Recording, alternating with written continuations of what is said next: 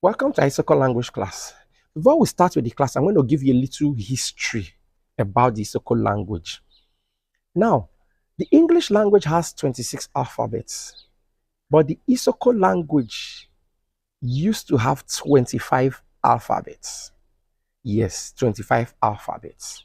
Later, it became 26 alphabets. Around 1996, 97, it was reviewed and three additional alphabets were added that brought it to 28 alphabets. So presently, the Isoko language has 28 alphabets. Though some people are not used to the new alphabets. Yes, the new alphabets were inclusion of two alphabets. We'll get into the alphabet. But that sort of a way helped. Why? Because when they were translating the Isoko, the people who did it before discovered that they used only, we have different tonations in the Isoko dialect. Each community, some communities had their different tonations. There were some letters they were not using, or rather they don't use. Others have letters that they use.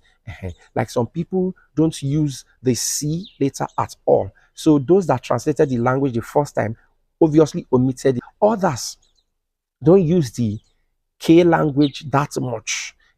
Others don't use the L language. Some they change the L for the N. Some don't use the R at all. So these were some of the variances.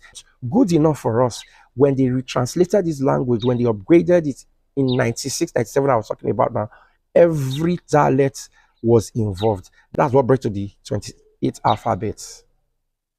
Now, presently, we have 28 alphabets in the Isoko language, which we use.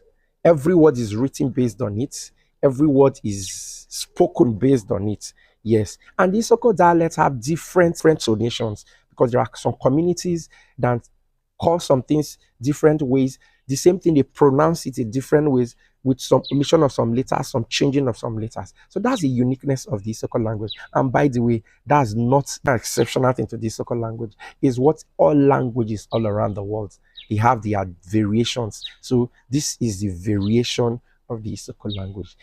Enjoy the ride as we go on this wonderful journey together. And I assure you, before we are halfway done, you will enjoy the language, you will speak it fluently, you will be able to write it very well. And that is my promise for you. Just free your mind, just be at ease. It is very easy. Very, very easy. I can assure you of that. Till I meet you in next class. Stay tuned.